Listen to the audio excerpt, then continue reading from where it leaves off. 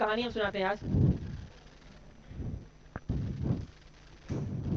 एक बहुत बड़ा सम्राट हुआ, उसका नाम था विक्रमादित्य। ठीक है। भारत में दो ही आदमी को वीर कहा गया है। एक विक्रमादित्य के आगे वीर कहते हैं, वीर विक्रमादित्य, और एक महावीर को जो जैन के तीर्थंकर हैं।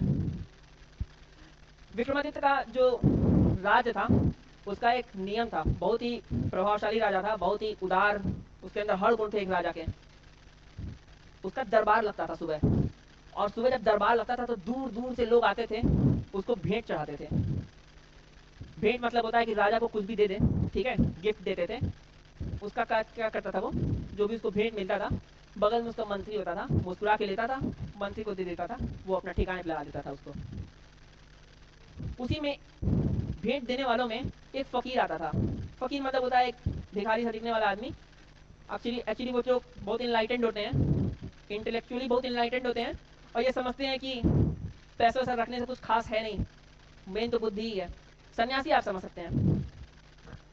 फकीर आता था, विक्रमादित्य के पास आया, फटे फुटे कपड़े और एक जंगली सा दिखने वाला एक फल था। तो उसको फल देता है राजा को।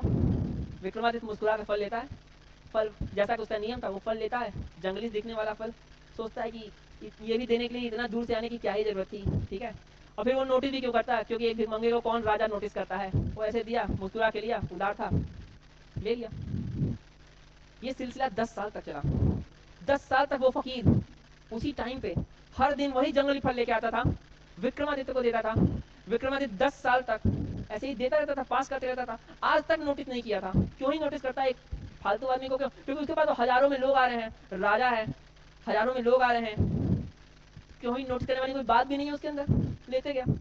एक बार क्या हुआ, मंत्री को ना देखे, अपने वजीर को ना देखे, फल था सामने, एक बंदर बैठा था, वो बंदर को ऐसे फल दे दिया। बंदर फल खाने लगा, तो आधा जैसे ही खाया, उसमें एक चमकता हुआ हीरा था। वो हीरा क्या हुआ, जमीन पे गिरा। विक्रमादित्य तुरंत शॉक हो गया, जैसे आप हो गए। ठीक। 10 साल कितने हीरे होंगे उस फल में।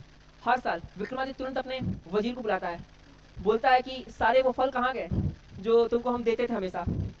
तो वजीर हालांकि जो है सोचता होगा कि क्या ही ये सब जंगली का फल है, इसको तो फेंक देना ही अच्छा है, लेकिन समझदार था। समझदार इस मामले में था कि जानता था कि राजा है और राजा के साथ बहुत सतर्क रहना पड़ता है, ठीक है।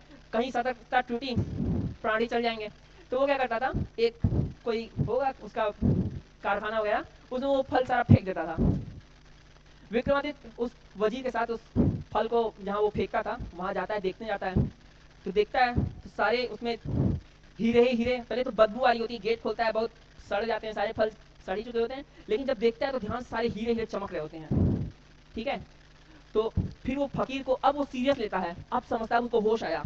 तो फकीर बोलता है, जिंदगी हमको ऐसे ही बहुत कुछ देती रहती है, हर वक्त जिंदगी आपको हीरे ही हीरे दे रही है, हर दिन दे रही है, लेकिन विक्रमादित्य कहते हैं हम फेंकते ही जा रहे हैं, वो सारे हीरे फेंकते जा रहे हैं, हमको पता भी नहीं चलता है हम क्या फेंक दिया। फिर ऐसे ही बुढ़ापा आ जाता है और पूरी जिंदगी बीत जाती है और कहते हैं कुछ नहीं मिला। ठीक। कहता है चलो होश आ गया, आज होश आ गया, आज तुम जाग गए। वीर तो तुम थे ही, ठीक है, नाम में ही तुम्हारे वीर लगा है, उसमें तो कोई दो राय नहीं थी। आज तुम वर्तमान में भी आ गए, आज तुम्हारे अंदर होश भी आ गया। अब ये दो गुण मिल गए, तो मेरा एक काम है, उसको तुमको करना पड़ेगा, ठीक है। और उसके लिए आज अमावस की रात में मैं एक कब्रिस्तान में बगल के ही रहता हूँ, वहां पे तुमको ठीक रात में, मध्य रात्रि में तुमको उस कब्रिस्तान में आना पड़ेगा। विक्रमादित्य विक्रमादित्य पहले तो थोड़ा सोचता है कि क्या ही इस सब के फालतू के लफड़े में पड़ना, लेकिन थोड़ा सा होश आ जाता है, जागता है। तो सोचता है कि ये आदमी इग्नोर करने लायक नहीं है, इसके साथ कुछ कदम तो आगे बढ़ा जा सकता है, ठीक है। तो कुछ कदम बढ़ने में क्या है, डिस्कस करता है, समझ में आता है। तो कहता है कि ठीक है चलेंगे, उसके पास जाएंगे। तो जाता है, मरघट में जाता है, हर तरफ लाश जल रही होती है।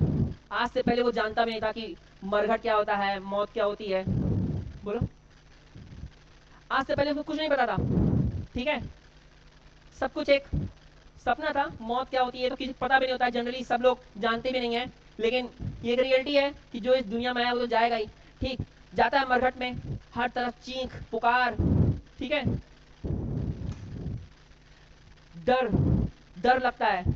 रात में जाता है, डर लगता है, ऐसे लगता है कि मौत को साथ लेके जा रहे हैं, किसी भी क्षण कुछ भी हो सकता है। ठीक है, आप भी जाके देखिए कभी रात में। ठीक है, फिर पता चलेगा कि क्या विक्रमादित्य को फील हो रहा होगा।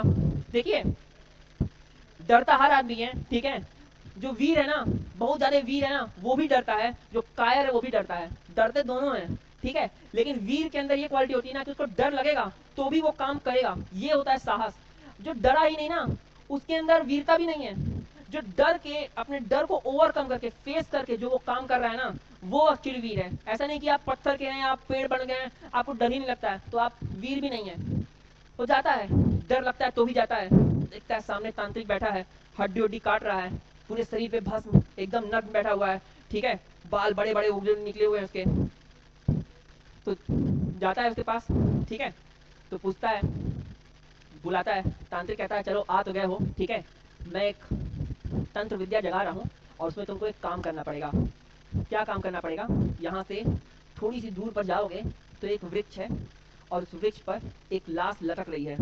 उस लाश को बस तुमको मेरे पास लेके आना है। छोटा सा काम है, ठीक है, लेकिन कहता है कि सावधान रहना, ये काम करना तलवार के नोक के पे चलने के बराबर है। जरा सा सावधानी हटी तुम्हारी जान चली जाएगी। ठीक है, विक्रमादित्य पहले तो डरता है, लेकिन डरता हुआ वीर था, तो डरता हुआ आगे बढ़ता है। पेड़ के पास जाता है, बदबू आ रही होती है क्योंकि उस पेड़ पे, बरगद का पेड़ था, एक नहीं कम से कम 10-15 लाश लटक रही थी।